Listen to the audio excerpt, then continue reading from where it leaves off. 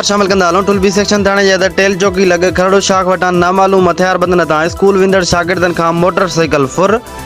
तफ़सील मूजिब टुलबी सेक्शन थाणे जे अंदरि ॻोठ जलील बिजराणी वेझो ॻोठ बालाच बंगलाणी वासी अब्दुल कदीर बंगलाणी वलद अब्दुल्ला बंगलाणी खां सीडी मोटरसाइकिल 2023 मॉडल नामालूम हथियारबंद फुर करे जमाल तरफ़ फ़िरार थी विया। इतला मिलण ते टुलबी सेक्शन पुलिस कुछ देर बाद वाक़े वारे हंधि पहुची मुआइनो करे वापस रवानो थी वियो।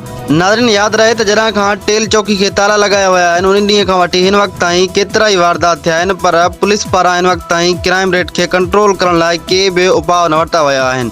लॻंदो ईअं आहे त पुलिस जाइ वारदात ते पहुची मुआइनो करण बाद वापसि वञी निंड पइजी वेंदो आहे। हर वक़्तु हर ख़बर खां आगाह लाइ ॾिसंदा रहो KBKF न्यूज़।